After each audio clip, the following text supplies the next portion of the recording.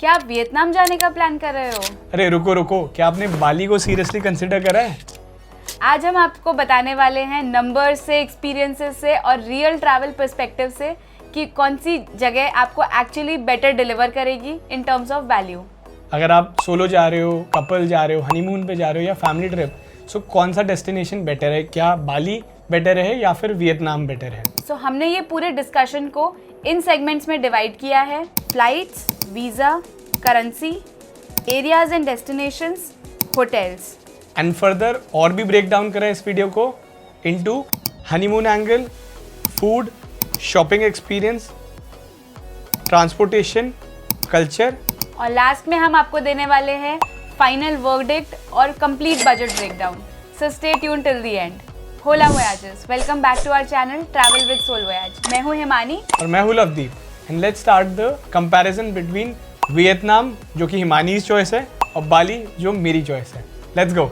So let's deep dive first into flights. So Vietnam की flights की बात करें, वियतनाम एक कॉम्प्लेक्स डेस्टिनेशन है। इसके लिए आपका एंट्री पॉइंट और एग्जिट पॉइंट सेम नहीं हो सकता है, क्योंकि इसके अंदर आपको हनोई, दनांग, होचिमिन, ये मेन एयरपोर्ट्स है जो आपको मिलेंगे। इसके अलावा अगर आप फुकॉक आइलैंड पे जा रहे हैं तो वहाँ पे भी एयरपोर्ट है। सो इंडिया से अगर हम बात करें तो वियतनाम के लिए 2 ही डेस्टिनेशन की डायरेक्ट फ्लाइट है, विच इज़ हनोई और होचिमिन। सो आपको थोड़ा सा प्लानिंग पहले करना पड़ेगा कि आपको एंट्री पॉइंट कौन सा रखना है और एग्जिट पॉइंट कौन सा रखना है। Then coming on to the next one, carriers. अगर हम बजट कैरियर्स की बात करें, VietJet is the popular choice, क्योंकि उसके अंदर आपको अफोर्डेबल प्राइसिंग मिलता है और साथ ही साथ लेकिन चैलेंज ये आता है कि उसके अंदर चेक इन बैगेज इंक्लूडेड नहीं होता है। So if you are planning for a budget trip, you can accommodate in 7 kgs of luggage, so go for VietJet. Then comes Vietnam Airlines, थोड़ी सी लग्जरी है, so that is little costlier as compare to VietJet. उसके अलावा India से आपको एयर इंडिया, इंडिगो, सारी flights मिल जाएगी। और वियतनाम की फ़्लाइट जो है वो इंडिया से अप्रॉक्सीमेटली 25,000 to 30,000 रफली कॉस्ट करती है। बाकी डिपेंड करता है आप कौन से टाइम पे जा रहे हैं एंड आप कौन सी एयर करियर चूज़ कर रहे हैं। Now let's come on to Bali. So Bali का सिंपल सॉर्टेड है, जैसे वियतनाम का कॉम्प्लेक्स था। बाली में आपका एक ही एयरपोर्ट है, जो कि देनपसार एयरपोर्ट है। वहाँ पे आपको 2 टाइप की फ़्लाइट्स जाएंगी, आपकी डायरेक्ट जाएगी और इनडायरेक्ट जाएगी। डायरेक्ट फ्लाइट की आपकी अराउंड 9 to 10 आवर्स का होता है, काफ़ी टैक्सिंग होता है। तो अगर आप लेओवर लेके जा रहे हैं तो आप 1-2 घंटे लेओवर भी ले सकते हैं या बड़ा लेओवर ले सकते हैं। कनेक्टिंग फ़्लाइट्स मिल जाएंगी आपको मलेशिया, सिंगापुर, वियतनाम से। सो फर्स्ट आते हैं कि कैरियर्स कौन कौन से हैं। अगर आप डायरेक्ट फ़्लाइट्स देखना चाह रहे हैं, सो बेसिकली आपको डायरेक्ट में एयर इंडिया मिलती है, जो कि आपको मील भी प्रोवाइड करेगी और अराउंड 9 to 10 आवर्स में आपको पहुंचा देगी आराम से। That is one. अगर आप इनडायरेक्टली या लेओवर वाली फ़्लाइट्स देख रहे हैं तो आपकी बाटिक एयर होती है, जो मलेशिया लेओवर है।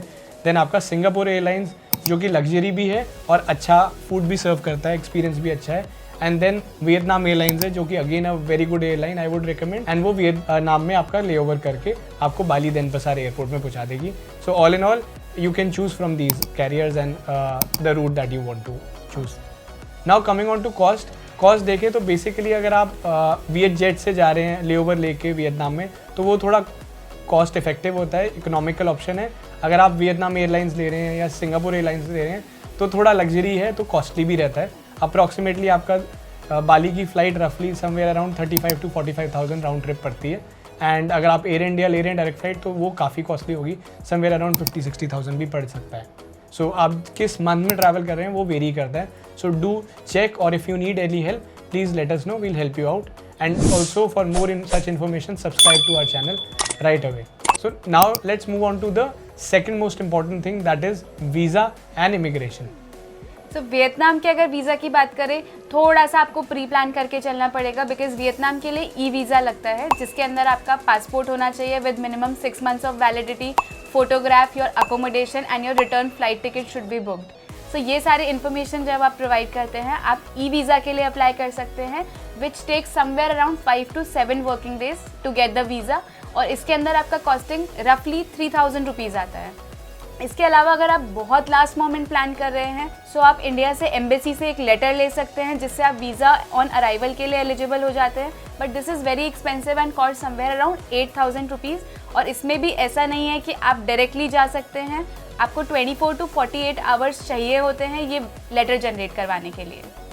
काफ़ी कॉम्प्लेक्स प्रोसेस लग रहा है वियतनाम का। तो यार मेरा बाली सॉर्टेड है इसमें, बाली का 2 ऑप्शन है आपके, या तो वीज़ा ऑन अराइवल भी हो सकता है या ई वीज़ा का समवेट सिमिलर डॉक्यूमेंट्स होते हैं जो वियतनाम के हैं। आपका पासपोर्ट वैलिडिटी होने चाहिए 6 मंथ्स का, देन आपका फ़्लाइट टिकट्स होनी चाहिए राउंड ट्रिप, आपका होटल होना चाहिए, आपकी पासपोर्ट साइज़ फ़ोटो होने चाहिए, एंड आप ये सारे डॉक्यूमेंट्स अब से अप्लाई कर सकते हैं उनके ई पोर्टल पे। एंड अगर आपको बेस्ट चीज़ ये है, वीज़ा ऑन अराइवल भी मिलता है, so that is somewhere around $35। सो ये आपका वियतनाम में पॉसिबल नहीं है। सो अगर आप बाली कल जाना चाह रहे हैं तो आप कल भी जा सकते हैं, क्योंकि वहाँ वीज़ा ऑन अराइवल की फैसिलिटी है। सो बाली तो विनर है इसमें फॉर श्योर। लेकिन अगर हम इमिग्रेशन की बात करें तो वियतनाम बाली दोनों में बहुत क्राउडेड इमिग्रेशन क्यूज़ रहती है, क्योंकि these are the new hype destinations. So minimum आपको अराउंड 1.5 आवर्स टू 2 आवर्स लग जाता है इमिग्रेशन लाइन क्लियर करने के लिए। So better thing would be कि आप फास्ट ट्रैक इमिग्रेशन के लिए ऑप्ट कर सकते हैं, which cost somewhere around 1000 to 2.5 K, and ये आप ऑनलाइन बहुत सारी वेबसाइट से बुक कर सकते हैं for a hassle free process, और आपको इसमें अप्रॉक्सीमेटली 15 टू 20 मिनट्स लगता है, and voila your immigration is cleared. And ये फीचर दोनों में है, बाली और वियतनाम में? एग्जैक्टली। ओके, देन तो विनर तो दोनों ही है इसमें फिर तो। So next we move on to the forex and currency part. So currency की अगर वियतनामीज डोंग की बात करें, Indian rupees is a king, because 1 Indian rupee is equivalent to 275 Vietnamese dong. Can you imagine that? लेकिन अगर आप बाली जा रहे हैं, सो बाली में भी आप किंग वाला फील कर सकते हो, बट थोड़ा कम वियतनाम से, क्योंकि 1 रुपीज़ इंडिया का वहाँ पे 190 IDR होता है, जो कि इंडोनेशियन रुपीज़ होता है। सो आप ये मत सोचना यहाँ पे करीबन अगर आप 1000 रुपये का खाना खा रहे हो तो वहाँ पे हो सकता है कि आप लाखों में पे कर रहे हो। So don't get paranoid, because वहाँ की करेंसी इतनी स्ट्रांग नहीं है जितनी इंडिया की है। और अगर आपको फॉरेन करेंसी चेंज करवाना है, सो बेटर है दोनों कंट्रीज़ के लिए आप इंडिया से ही चेंज करवा के जाओ, सो दैट आपको बेटर प्राइसिंग मिले। अदरवाइज आप USD कैरी कर सकते हो, और वहाँ पे डेजिग्नेटेड कियोस्क बने होते हैं जहाँ से आप चेंज करवा सकते हो। दोनों ही कंट्रीज़ में एयरपोर्ट से चेंज करवाने का मिस्टेक मत करना, बिकॉज बहुत ख़राब एक्सचेंज रेट मिलने वाला है और आपका लॉस हो जाएगा। So now we move on to the main part of the video, that is areas and destinations. दोनों वियतनाम और बाली की कहाँ आप विजिट कर सकते हैं। So first you go Himani. Vietnam एक कंट्री है, लेकिन इसके अंदर आपको ऐसा फील आएगा कि आपने 5-6 डेस्टिनेशंस एक साथ कवर कर लिए हैं। फिर चाहे वो हनोई हो, सापा हो, होइयान हो, दनांग हो, या फिर Ho Chi Minh City and the beautiful island of Phu Quoc. Hanoi के अंदर आपको ओल्ड ऑथेंटिक फील्स मिलते हैं, और यहाँ पे फ्रेंच कॉलोनियल वाइब मिलेगा आपको। वहीं अगर आप हलोंग बे ट्रैवल करके जाएंगे, ये जो पिक्चरस सीन्स हैं ऑन क्रूज़, ये आपको और कहीं नहीं मिलेंगे। इसके बाद में अगर आप राइस टेरेस, ट्रैकिंग, इन सब के फ़ैन हैं एंड ऑथेंटिक कल्चरल एक्सपीरियंस चाह रहे हैं, you can go to Sapa.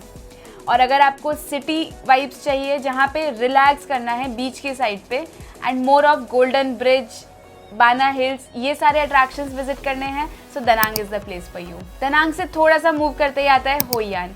होइयान के अंदर आपको ओल्ड टाउन फील्स मिलेंगे, जहाँ पे वेनिस जैसे कैनाल्स बने हुए हैं। आप कैनाल के साइड में इवनिंग में चिल कर सकते हैं, plus tailor made clothing and footwears ले सकते हैं।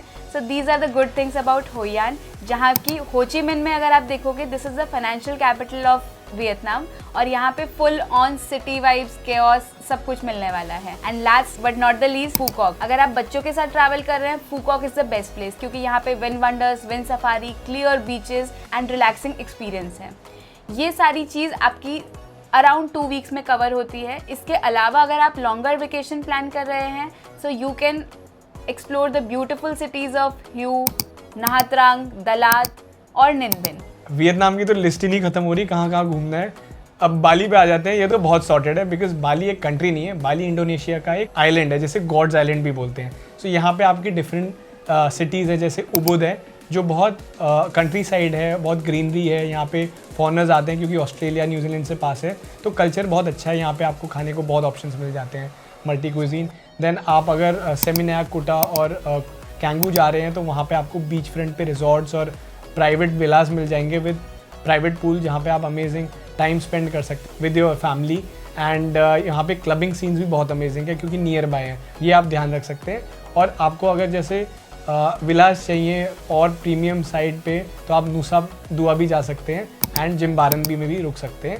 And again the last and the most beautiful, अगर आप थोड़ा आउटस्कर्ट्स में जाना चाह रहे हैं तो आप गिलिटी जा सकते हैं, जहाँ पे आप खुद की बाइसिकल रेंट कर सकते हैं एंड पूरा सरीन और ब्यूटीफुल व्यू है। सो यहाँ पे आराम से आप 2-3 दिन स्पेंड कर सकते हैं। So Bali has a lot to offer in terms of scenery, beauty and calm and peaceness, unlike Vietnam जो कि बहुत हसल बसल है। So next we move on to the hotels and somewhat approximately cost क्या आएगी। Vietnam के hotels की अगर बात करें, होटल्स यहाँ पे थोड़ा सा आपको छोटे साइज़ में मिलेंगे एंड उसके अलावा दनांग में आपको काफ़ी बड़े बीच साइज होटल्स जो हैं वो आपको अच्छे प्राइसेस में मिल जाएंगे। लेकिन हनोई में वहीं पे आपको ओल्ड रस्टिक फील्स वाले होटल मिलेंगे एंड इनका कंस्ट्रक्शन भी काफ़ी ओल्ड होता है, लेकिन फ्रेंच कॉलोनियल फील्स मिलने वाली है। सो अगर हम मिड रेंज होटल की बात करें in Vietnam, so it will cost somewhere around 3000 to 6000 at a good central location. और अगर आप एयरबीएनबी बुक कर रहे हैं, so do take care of 2 things। 1, वहाँ पे स्टेयर के साथ साथ लिफ्ट भी होनी चाहिए, अदरवाइज आप 3 फ्लोर तक अपना सामान उठा के ले जा रहे होंगे। Also while choosing your room type, make sure कि आपकी रूम में विंडो हो, क्योंकि उसके बिना आपको क्लॉस्ट्रोफोबिक फील हो सकता है एंड वियतनाम में this is very common to have a room without window. So please do take care of these things. Right, and ये प्रो टिप काफ़ी यूज़फुल थी क्योंकि हमने ये सारी प्रॉब्लम्स फेस करी है। सो बाली में अगर इसी प्राइस पॉइंट में आप बिल्कुल लग्जरी फील्स चाहते हो तो बाली आ जाओ, मानो मेरी बात, क्योंकि बाली में आपको मिलेगा private villa, luxury pools and beach side hotels and private properties. क्योंकि अराउंड 4 to 5 या 6000 में आपको एक अच्छा रिजॉर्ट या विला मिल सकता है, जहाँ पे आप फ्लोटिंग ब्रेकफास्ट कर सकते हो, सुबह अच्छे से स्विम कर सकते हो और नेक्स्ट टू बीच भी हो सकता है।